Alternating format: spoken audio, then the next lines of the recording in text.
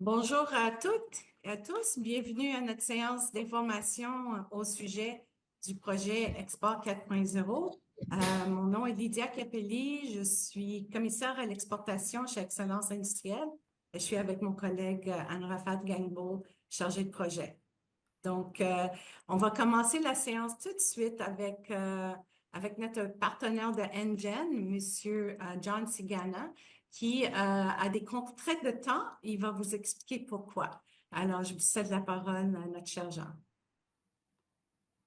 Super. Merci beaucoup, Lydia. Enchanté. Bonjour tout le monde. John Sigana, donc je suis directeur développement de projet chez NGen. Si vous entendez du bruit, puis peut-être, Lydia, je vais te demander de faire avancer les diapos. Si vous entendez du bruit, c'est très normal. Je suis en direct de Hanovre, donc la Hanover Messe, où le Canada est le pays co-hôte cette année. Donc, c'est NGen qui coordonne la présence canadienne lors de l'événement. On a 5 kiosques, il y a beaucoup d'activités. On a plus que 200 exposants, puis presque 300 délégués lors de Hanover Messe. Mais je voulais et on voulait vraiment être là aujourd'hui pour le lancement, pour appuyer le programme Export 4.0. C'est super important pour NGen est un partenaire, puis c'est important pour nous que ça soit un beau succès. Donc voilà, je tenais à y être malgré. Donc, si vous entendez du bruit, c'est normal, c'est la foire à côté, littéralement. Prochaine diapo. Donc, qui est NGen pour ceux qui ne connaissent pas? Donc, c'est une OBNL avec un mandat privé. Donc, notre conseil d'administration est composé d'entreprises. Puis notre objectif, c'est vraiment de développer la fabrication avancée au Canada. Donc, d'appuyer, de développer, puis d'assister les entreprises dans les projets d'innovation en manufacturier avancé. Une des choses qu'on fait, c'est par exemple ce qu'on fait ici à Hanovre, donc d'établir des liens puis de promouvoir les capacités canadiennes. C'est pour ça qu'on a amené des exposants et des délégués. On finance aussi, on supporte financièrement l'innovation collaborative. On a aussi des programmes sur la main-d'œuvre, les capacités de gestion et développer l'emprise du manufacturier avancé au pays. Et donc, ça a été fondé en 2017, comme je l'ai peut-être mentionné. Donc voilà, ça c'est pour qui est NGen. La prochaine diapo, s'il te plaît, Lydia. Voilà, quelques chiffres sur les performances ou les statistiques sur NGen dans les 5 premières années de fonctionnement, donc de 2017 à 2023. On a financé 165 projets à travers le pays. 90 % de nos financements vont aux PME, donc des entreprises de 500 employés ou moins. Vous voyez, les 165 projets, ça représente 370 partenaires industriels. On fait aussi le suivi de l'impact de nos projets. Donc, on est rendu à 7 milliards de dollars de ventes qui découlent des innovations qu'on a faites dans les 5 premières années. Ça représente un retour sur l'investissement de 32 fois l'investissement de NGen, ce qui est quand même, non seulement les projets vont bien, mais c'est des beaux succès. Puis le 3/4 de nos projets, 117 projets sur 165, étaient des projets qui avaient un aspect environnemental. Donc, quand on fait de l'optimisation, quand on diminue les déchets, quand on optimise la fabrication, bien, on utilise moins d'énergie, on fait moins de rejets, donc on a un impact environnemental positif. On a plus que 7000 membres à travers le pays. Le membership est gratuit, donc vous êtes les bienvenus si vous voulez vous inscrire.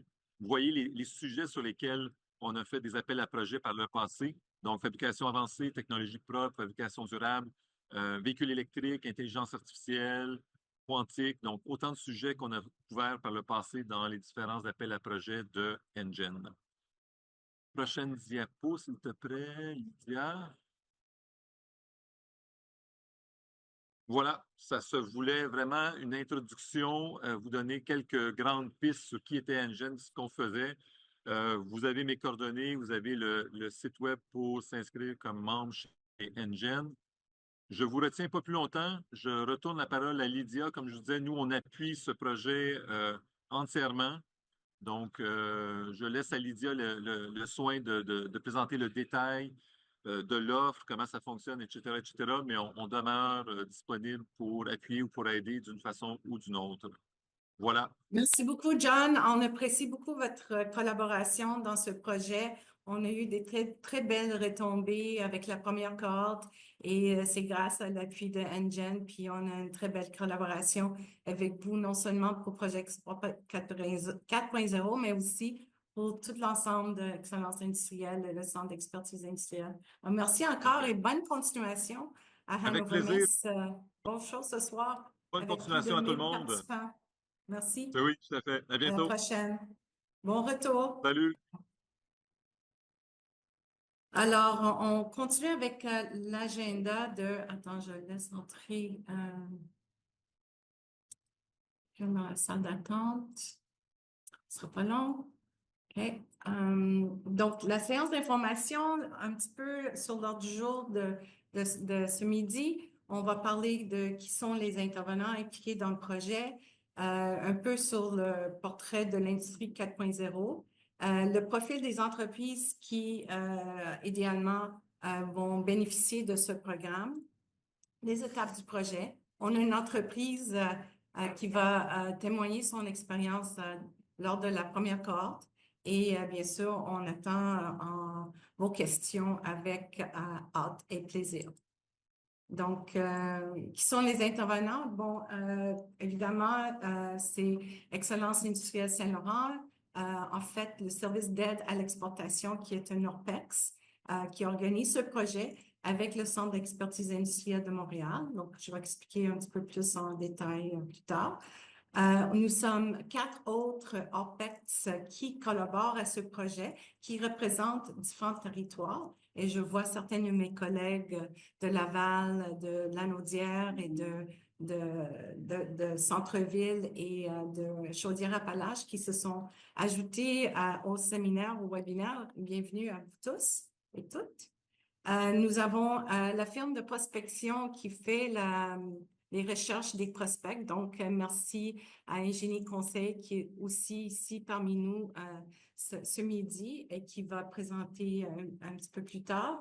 Et bien sûr, vous avez déjà entendu nos collaborateurs financiers NGen et on a aussi la collaboration de Développement économique Canada qui participe à ce projet. Maintenant, quelques paroles sur le réseau des ORPEX. Juste pour vous mettre en contexte, on est un organisme gouvernemental qui intervient au niveau régional. Donc, on est proche collaborateur des entreprises. Et notre mandat, c'est d'assister les entreprises à faire des pas vers l'exportation. Et donc, non seulement les entreprises profitent d'un coût plus abordable au niveau de nos services, mais aussi, évidemment, aussi avec le contexte qu'on a aujourd'hui, c'est quand même Liberation Day où on va entendre parler des tarifs douaniers que nos amis du sud de la frontière vont imposer.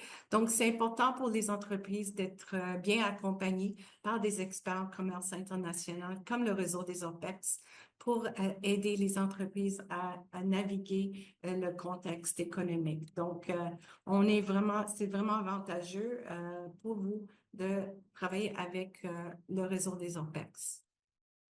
Maintenant, qui est le Centre d'expertise industrielle de Montréal? C'est aussi un service d'excellence industrielle Saint-Laurent qui aide les entreprises à améliorer la productivité. Donc, c'est sûr que les entreprises exportatrices doivent être très performantes au niveau de leur productivité. Donc, le Centre d'expertise à Montréal aide les entreprises. Il y a ici 9 exemples de champs d'intervention où le Centre d'expertise peut aider l'entreprise manufacturière à s'améliorer.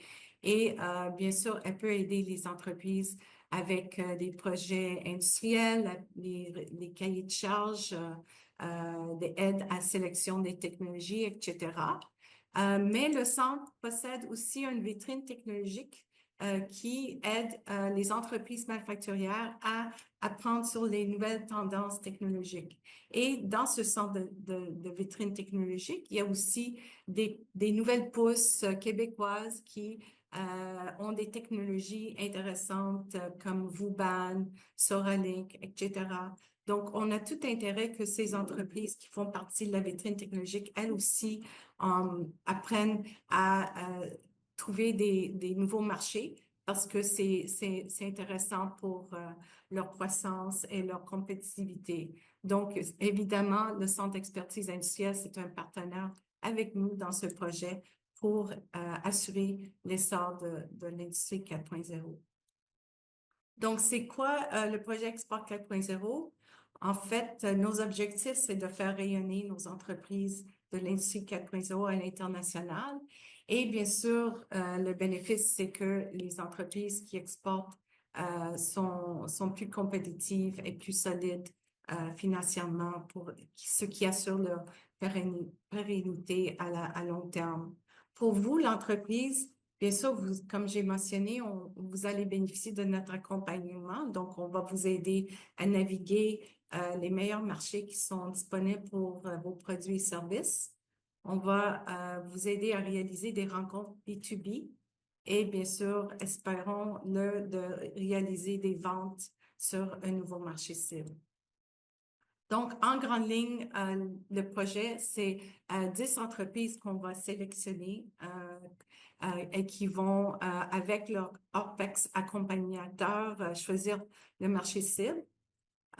Les frais d'inscription pour chaque entreprise, c'est 3 000 $. Donc, on vous demande une contribution raisonnable de 3 000 $ pour un projet qui a une valeur réelle de 10 000 $. Donc, l'appui financier du gouvernement fédéral. Les dates du projet sont du mois de mai à octobre, donc de 6 mois. Et ensuite, la finalité, le livrable du projet, c'est 4 nouveaux clients potentiels ou partenaires potentiels pour votre entreprise. Maintenant, je cède la parole à Anna Fab qui va parler un peu du portrait de l'industrie 4.0. Merci beaucoup, Lydia. Bonjour à tous. Alors, très rapidement, je vais parler un petit peu de l'industrie 4.0.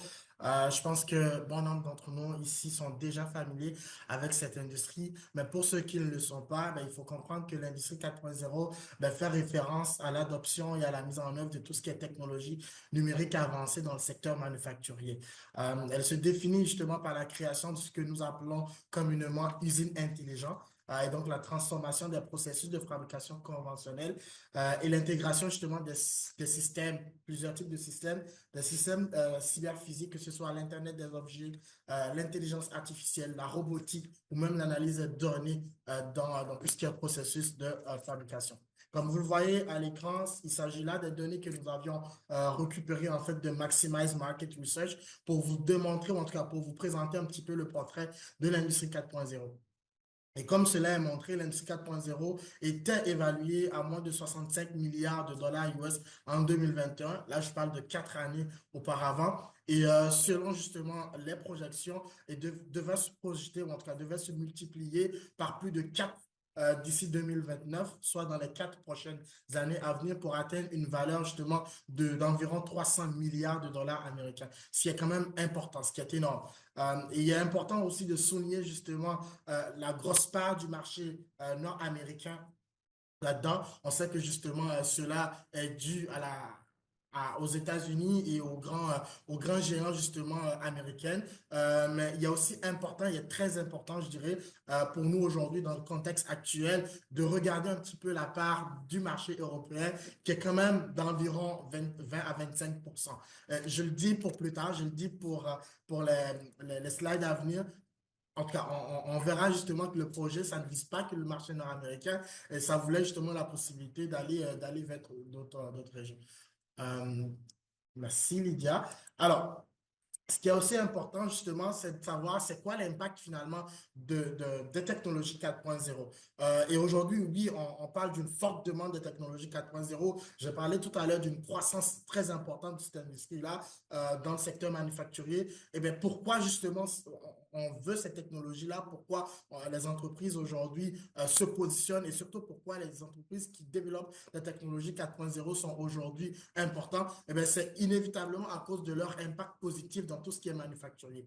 Il existe 4 domaines en fait dans lesquels les technologies 4.0 ont un fort impact sur les entreprises manufacturières et par ricochet apportent une plus-value pour ces entreprises-là, que ce soit la connectivité des entreprises, l'automatisation de la production et des biens dans les entreprises, l'Internet des objets et bien d'autres. Et donc, C'est des domaines qui sont très importants aujourd'hui quand on pense aux industries manufacturières, à leur optimisation, à leur efficience. Donc, il est important justement de noter quelques exemples à l'écran de plus-value justement pour les entreprises manufacturières, que ce soit la croissance de la productivité, la réduction des coûts ou même justement pallier des manques de main-d'œuvre. Alors, là, ce qui est important ici, c'est de savoir justement qu'en Amérique du Nord, et pas qu'en Amérique du Nord, l'industrie 4.0 se décline justement par technologie et par utilisateurs finaux. Depuis tout à l'heure, je parlais justement des entreprises qui développent ces technologies-là, et de l'autre côté, des entreprises manufacturières qui adoptent ou cooptent ces technologies-là. Je pense qu'aujourd'hui, si vous êtes l'une ou l'autre, surtout si vous êtes une entreprise qui développe justement des technologies, et vous vous retrouvez justement dans l'une des types de technologies qui est à l'écran, et bien, je pense que vous êtes au bon endroit ce matin. Alors là, je vais parler un petit peu par sous-secteur de l'industrie 4.0. Tout à l'heure, j'ai présenté l'industrie de façon macro. Je vais aller un petit peu plus en détail en faisant une ventilation des différents secteurs, notamment les 8 sous-secteurs justement de l'industrie 4.0. Comme vous pouvez le constater, ce n'est pas équilibré. La valeur justement des sous-secteurs, il y en a qui sont beaucoup plus importants que d'autres. Je pense notamment à l'automatisation de l'industrie, à l'Internet des objets, à la connectivité et à l'intelligence artificielle, qui pour l'instant quand même ont un marché qui est relativement petit, mais des projections qui sont quand même énormes pour les années à venir. Et donc, encore une fois, nous voulons vraiment faire la promotion des entreprises qui se retrouvent dans ces secteurs-là, mais pas que, et qui justement aujourd'hui ont une technologie, un produit, un service qui est québécois, qui est canadien. Et donc, nous, ce serait une fierté pour nous que grâce au projet Expo 4.0, vous puissiez aller chercher des parts de marché hors du marché canadien. Alors maintenant, j'aimerais inviter notre firme conseil expert Engenie, représenté par Idrissa, à venir prendre la parole concernant le profil des entreprises recherchées pour la cohorte. À toi, Idrissa. Super. Est-ce que vous m'entendez bien? Oui. Bonjour tout le monde. Donc peut-être me présenter rapidement. Je m'appelle Idrissa, je dirige une agence de développement des affaires qui s'appelle Engenie Consulting. On est basé à Montréal avec des bureaux et des antennes de prospection, si on veut, en Europe, en Amérique latine aussi. Donc, le bon profil en tant que tel, c'est sûr qu'il y a toujours une certaine flexibilité par rapport au candidat qui est présenté. Donc ça, on laisse le bon soin à Lydia et aux autres orpettes de faire la sélection finale. Mais c'est sûr qu'on cherche quand même à avoir des entreprises qui ont quelque chose à apporter sur le marché cible pour s'assurer que la mission soit un succès. Et donc, si on rentre dans le 4.0 pour faire écho à ce que Al-Rafat montrait un peu plus tôt, on peut penser à des fabricants de robots ou des entreprises qui œuvrent dans le domaine de l'automatisation. Puis quand on parle d'équipementiers en robotique, il faut peut-être contextualiser un peu. Il n'y en a pas des centaines sur la planète, mais par contre, si vous faites une solution robotique intégrée, donc qui utilise des systèmes robotiques entre guillemets off the shelf, qu'on vient retravailler pour une solution prête à déployer, on vous considère comme un équipementier en robotique quand même, même si vous n'êtes pas le OEM de base qui fabrique le robot. Okay? Donc ensuite, des solutions technologiques en tout genre, des firmes de logiciels et IA. Par exemple, dans la dernière cohorte, on a vu une entreprise de Chaudière-Appalaches qui conçoit des logiciels IA sur mesure pour les manufacturiers. Donc, c'est totalement admissible, même si c'est du custom, entre guillemets. Des intégrateurs de systèmes en automatisation aussi. Là, ce qu'on va essayer de chercher, c'est peut-être un élément différenciateur par rapport aux autres et pas juste un intégrateur de système classique. Il faut qu'il y ait une solution avec un IP, enfin une propriété intellectuelle propre à l'entreprise. C'est l'idéal parce que c'est ce qui permet de se démarquer. Les firmes de génie conseil, je pense qu'on en a une qui va pouvoir faire son témoignage un peu plus tard, qui a participé à la cohorte précédente, donc qui est Projima. Et il faut que le service soit mature et viable. Comme je disais tantôt, avoir sa propre pays et également qu'on ne soit pas à une étape où on est en train encore de tester le produit. Pour ceux qui sont familiers avec les niveaux de maturité technologique, on est vraiment au niveau 8 ou 9. Donc, ça veut dire que la technologie a été prouvée au moins dans un projet vendu et qu'on est prêt en fait à scaler cette solution-là. Si tu passes à la prochaine slide, je pense qu'on en a une deuxième, Lydia, qui va nous parler un peu plus des NMT. Ah, parfait. Donc, vous avez accès, je pense qu'on peut vous laisser un lien également si vous voulez consulter tous les différents niveaux de maturité technologique qui vont en fait de 0 même à 9. On va focuser sur les technologies qui sont mises au point et qualifiées par des essais et des démonstrations. Puis c'est en général pas des essais et démonstrations qui ont été faits en laboratoire.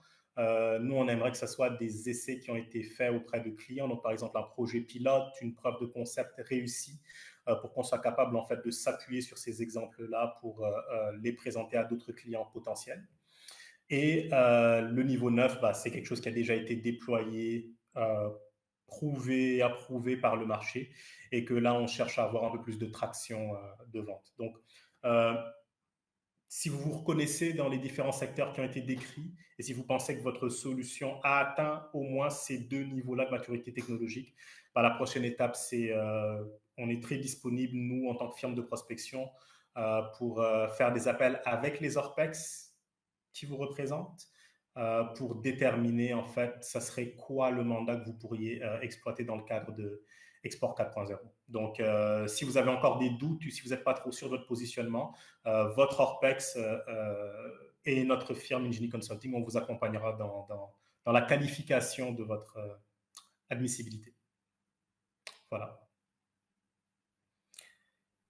Merci beaucoup, Idrissa. Puis, Idrissa est très modeste. Il a fait un excellent travail pour nous avec la première cohorte. Puis, c'est également il a travaillé dans une entreprise de robotique et en plus, il donne des cours en commerce international. Donc, il est très bien positionné pour travailler avec nous pour aider les entreprises de la cohorte. Merci encore, C'est gentil, Idrissa. Lydia, Puis, merci. je suis consciente aussi que tu es à l'extérieur du pays, donc si vous devez quitter, je vous laisse le temps de le faire. Il est probablement minuit ou 1 heure du matin. Non, il est juste 19h, ça va. OK, ça va. Ça va. Je vais me Merci mettre sur beaucoup. mobile. Je vais me mettre sur mobile, OK? Je vais switcher sur mobile. OK, Merci beaucoup d'accord. et hâte de travailler avec les différents membres de la cohorte. Vous allez voir, c'est un très beau programme et très pertinent. Merci tout le monde. Merci à toi. Alors, poursuivons sur la présentation. Alors, nous encourageons les entreprises à identifier au moins un marché hors du Canada parce qu'on est financé par le fédéral, donc il faut que ce soit à l'extérieur du Canada. Et donc, mais c'est libre à vous de choisir le marché qui vous intéresse selon vos désirs de développement de marché. Bien sûr, on va valider ces marchés avec votre OPEX collaborateur pour assurer que le marché est bien ciblé, c'est bien défini et que vous pouvez bien vous positionner vis-à-vis vos concurrents et les autres facteurs externes du marché. Donc, il y aura une période de va-et-vient, j'imagine, parce que des fois, c'est arrivé dans la première cohorte que les entreprises ont choisi un marché, mais il fallait changer le marché cible parce qu'il n'y avait pas d'opportunité pour elles. Donc, c'est pour ça qu'on vous invite de choisir plus qu'un marché pour le projet, pour sauver du temps, pour avoir une solution de rechange. Maintenant, les prochaines étapes du projet, bien sûr, c'est vous inscrire sur le site web. On va mettre le lien de notre site web avec le formulaire d'inscription dans le chat. Arafat est en train de le faire en ce moment. La date limite, c'est vendredi prochain, alors j'espère vous voir en grand nombre. Une fois que vous êtes inscrit, on va vous référer à votre OPEX qui est sur votre territoire. Et donc, votre OPEX va prendre contact avec vous pour justement discuter de vos choix de marché, de votre technologie, un peu comme Idrissa a mentionné. Et ensuite, une fois que l'entreprise est acceptée dans la cohorte, on va vous envoyer une lettre d'acceptation et bien sûr, facture pour le 3 000 pour les frais d'inscription. Et on commence la cohorte au mois de mai et je vais vous expliquer les prochaines étapes. Un instant, je vais vérifier le chat. Est-ce qu'il y a des questions dans le chat? Non, ça va. OK. Les étapes du projet. Donc, la première étape, une fois qu'on a tous les 10 membres de la cohorte et toutes les lettres d'acceptation ont été envoyées et payées, on va commencer avec une réunion avec tous les membres de la cohorte. Donc, il y aura une réunion avec tous les OPEX, la firme de conseil et les entreprises on va faire un tour de table de chaque entreprise, discuter de leur technologie et ils vont vous allez présenter votre choix de marché. Et ensuite, Ingénie Conseil va expliquer le processus de profil du client idéal. Ça, c'est un exercice qui nous permet de bien identifier dans quel segment de marché vous voulez identifier des clients ou partenaires potentiels. Suite à cette première rencontre où tout le monde est présent, on va suivre cette rencontre avec un atelier individuel avec chaque entreprise. Et lors de cette entreprise, il y aura présent, bien sûr, votre OPEX, la firme Conseil Génie et vous-même. Et à cette rencontre, on va travailler sur votre profil du client idéal. Donc, vous allez identifier avec nous exactement le type de client que vous cherchez sur le marché cible. Suite à cet atelier-là, on pourra bien commencer la prospection pour votre entreprise. Donc, à cette étape-là, c'est seulement l'OPEX avec la firme de Ingénie Conseil. On va se rencontrer sur une base régulière pour discuter des clients potentiels et des rencontres potentielles. Et une fois que la rencontre est prise pour l'entreprise, l'OPEX rentre en contact avec vous pour préparer la rencontre, assister à la rencontre et aussi assurer que les suivis sont faits. Donc, ça, c'est autour du mois de... la prospection serait entre le mois de juin et septembre, octobre peut-être. Et puis ensuite, on fait les rencontres au fur et à mesure que les rendez-vous sont pris. Et on termine avec une réunion avec tous les membres de la cohorte vers la fin du mois d'octobre où on va faire un tour de table encore et parler de nos expériences, bien sûr, et faire la clôture du projet. Les OPEX, nous, on prépare un rapport final de l'expérience du projet Export 4.0 qu'on va remettre à chaque entreprise en main propre. Ensuite, juste pour vous donner une idée des heures approximatives du projet, selon les 6 étapes du projet, on tient à attirer votre attention qu'il faut que l'entreprise apporte un investissement en temps également, en plus des OPEX et la firme de conseil, parce que évidemment, c'est votre projet, c'est votre entreprise qu'on essaie de rayonner à l'international. Donc, on vous demande, vous êtes jusqu'à 2 membres par entreprise. Donc, mettons 10 heures par chaque membre de votre équipe. Donc, un total de 20 heures d'investissement pour vous, au minimum, pour réussir le projet. Parce que notre but, c'est votre réussite. Maintenant, j'aimerais céder la parole à une entreprise qui a participé à la première cohorte. C'est M. Benoît Chouinard de Progima Conseil. Bonjour, Benoît, je te donne le microphone. Merci. Génial. Merci pour la présentation. Moi, aujourd'hui, dans le fond, je vais vous parler un petit peu de l'expérience qu'on a eue avec le programme. Je vais commencer par expliquer un peu qu'est-ce qu'on fait dans la vie, puis la pertinence du programme face à ce qu'on fait dans la vie. Je vais vous parler un peu de l'expérience, puis ce qu'on a aimé, puis pourquoi que je vous suggère de faire partie de ce programme-là.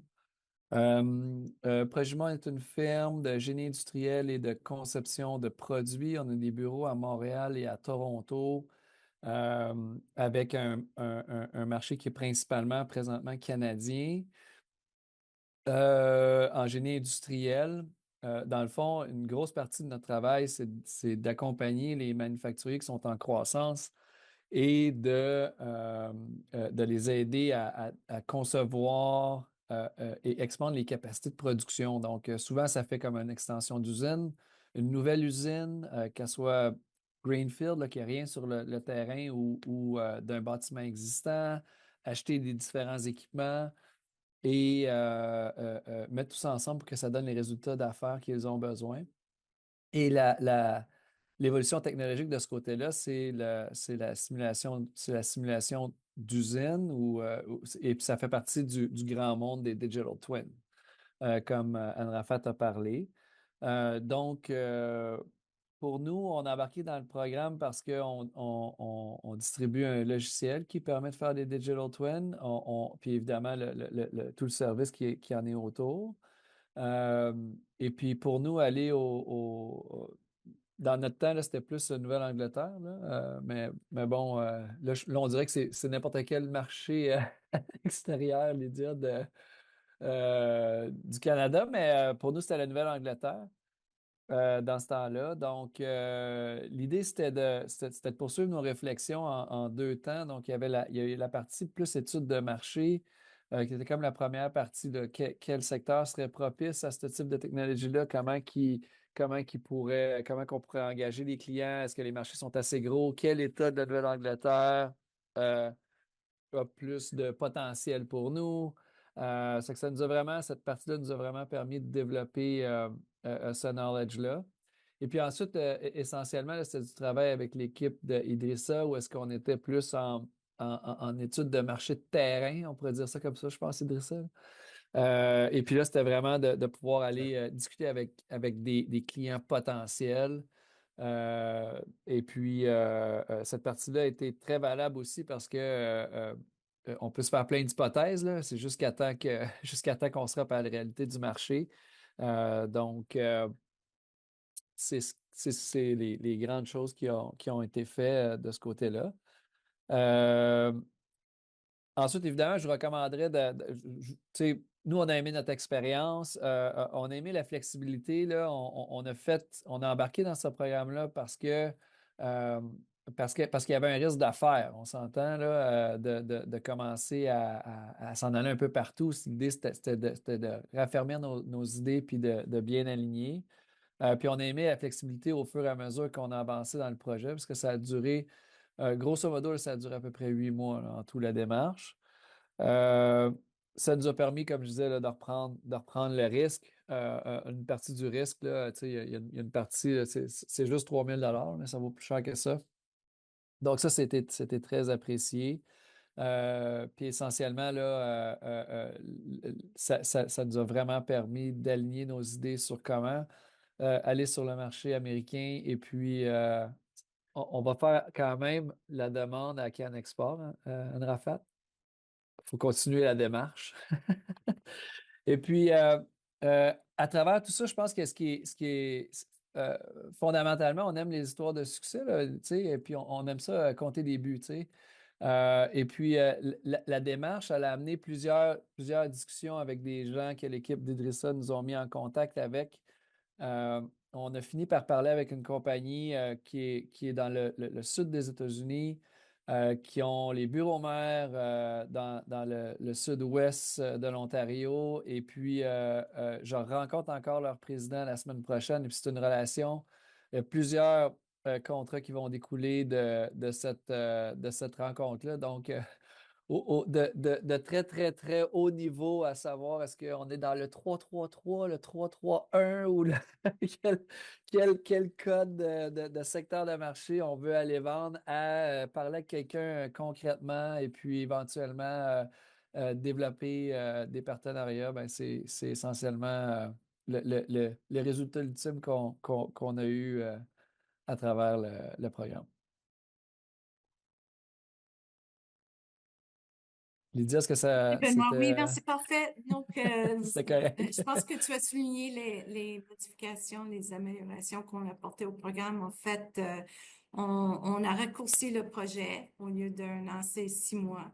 On a laissé les entreprises choisir le marché cible, donc ils ont la liberté d'aller où ils veulent aller. Mais je pense dans votre cas, vous avez quand même choisi, vous êtes promené quand même beaucoup aux États-Unis.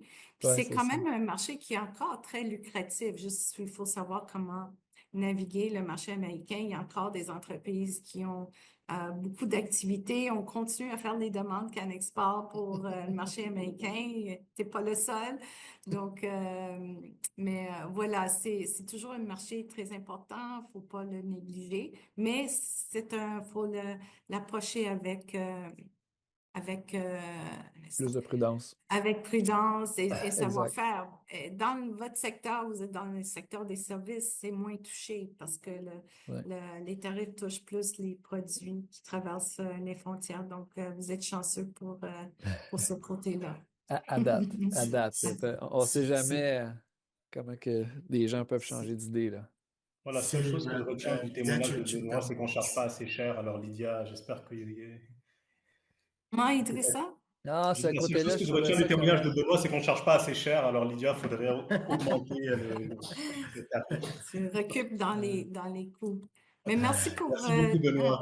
Andrava, tu C'est un voulais plaisir. dire, ajouter quelque chose? Oui, ben, je voulais tout simplement préciser que, ben, contrairement à l'expérience de Benoît Chouinard, tout à l'heure, Lydia mentionnait que vous avez la possibilité de cibler n'importe quel marché et de cibler plus d'un marché.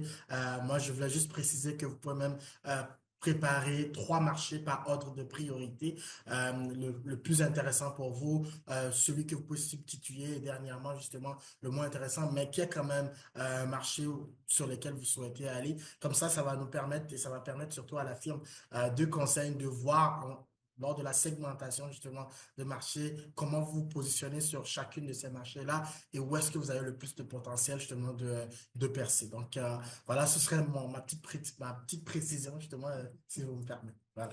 Parfait. Merci. Alors, voici, on termine la présentation. J'espère qu'on a pu vous éclairer sur le contenu du projet, puis que ça continue de vous intéresser comme une expérience pour cette année.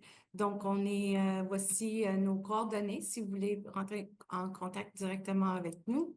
Et maintenant, on ouvre le plancher à toute question que vous pourriez avoir pour bénéficier de tout le groupe aussi en même temps. Alors, vous êtes bienvenus. Ça, c'est toujours la période. T'es calme. Mais il faut croire alors que la présentation est claire. Sinon, on est disponible par courriel. Vous avez aussi Idrissa, les ORPEX qui vous ont invité à cette séance d'information, qui sont là pour répondre à vos questions plus précises selon votre profil d'entreprise. Alors, j'espère vous voir en grand nombre sur le questionnaire, le formulaire d'inscription sur notre site web. Et sur ça, je vous souhaite un excellent après-midi. C'est une belle citation en passant, Lydia. Je pense Oui, qu'elle est mais très à j'y crois propos. beaucoup. Je l'ai choisi, puis je l'utilise souvent, puis c'est quelque chose sur lequel que je tiens. Je trouve que ça montre que je suis plus, si j'étais aux États-Unis, à quel côté je voterais. Ouais. Effectivement. Merci à toutes et à tous Merci. pour votre présence aujourd'hui. Au plaisir. Merci. On Bonne se parle journée. bientôt. Au Bye bye. revoir.